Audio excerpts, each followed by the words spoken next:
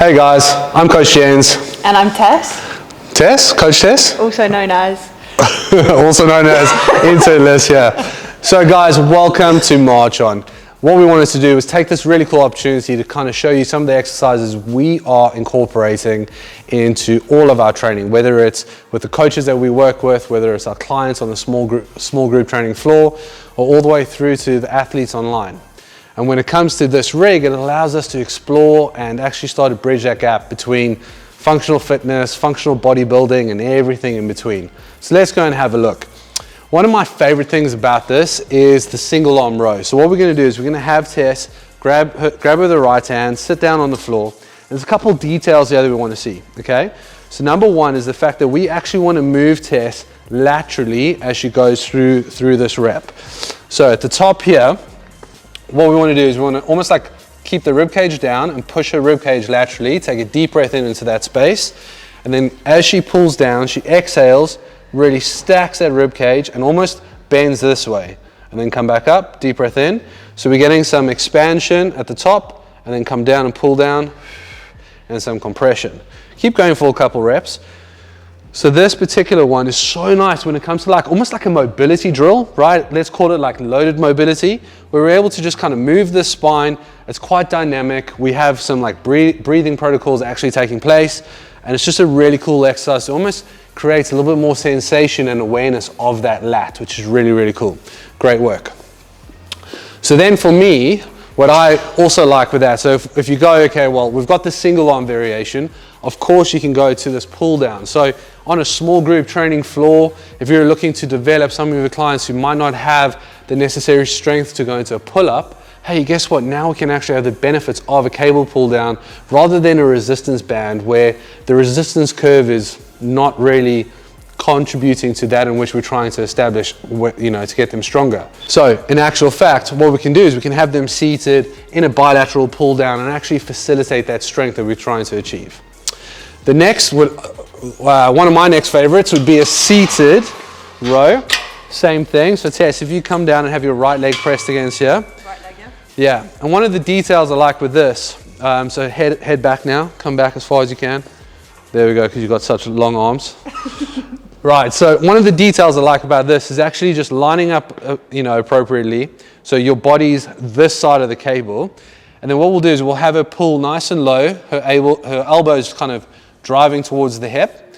And then same thing, we can get that breathing in place. So take a deep breath in as she reaches, trying to get some like rounding of the back at this point, and then pull nice and low. And then as always, you can start to encourage a little bit more crunch and even more extension. If she's got it, pull that elbow back, bam, good. So let's get a couple reps in and pull, nice. And again, deep breath in, exhale and pull, keep it low, amazing. Give me another couple reps. Great work, one more. Nice, brilliant, good, jump on up.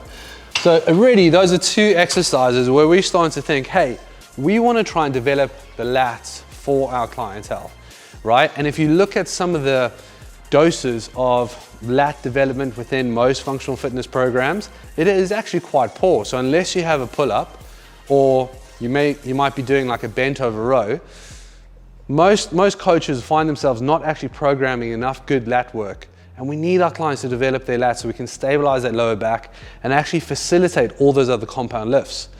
So if you're only doing like, let's say, I don't know, renegade rows as your lat training, I would say that you need to think that again. So that's a great example.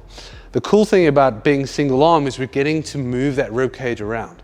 So it has a huge contribution to actually just moving that spine, and you'll see that change like shoulder health, all things. So it's pretty special.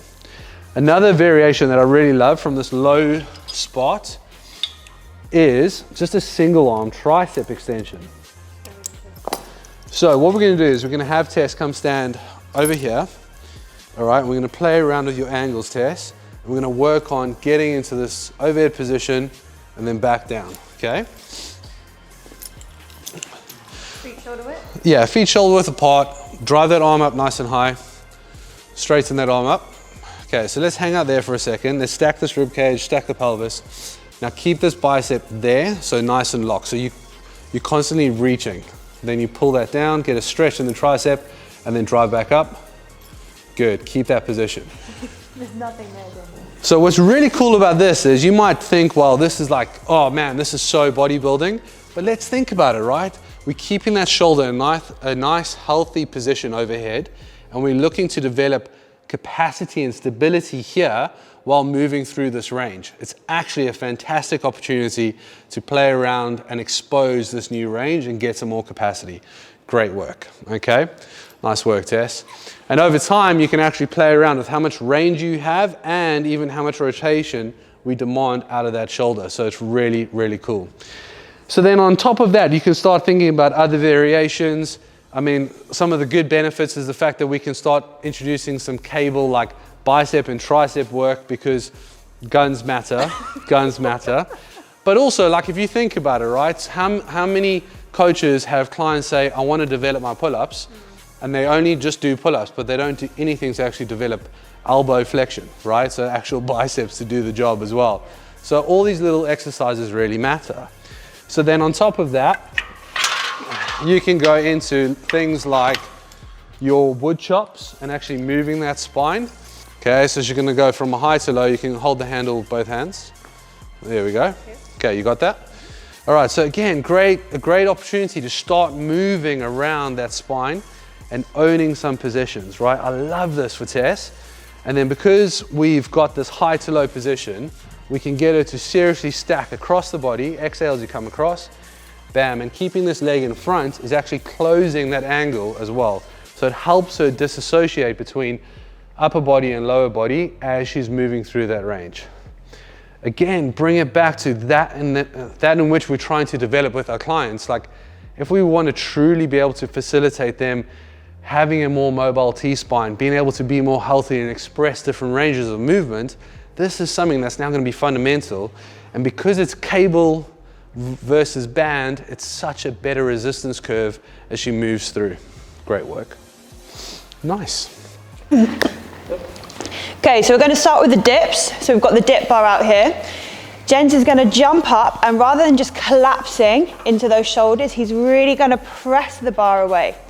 As he comes down, he's thinking about pulling himself into the bar, and as he comes up, he's really pressing away again. A couple of key things to think about here.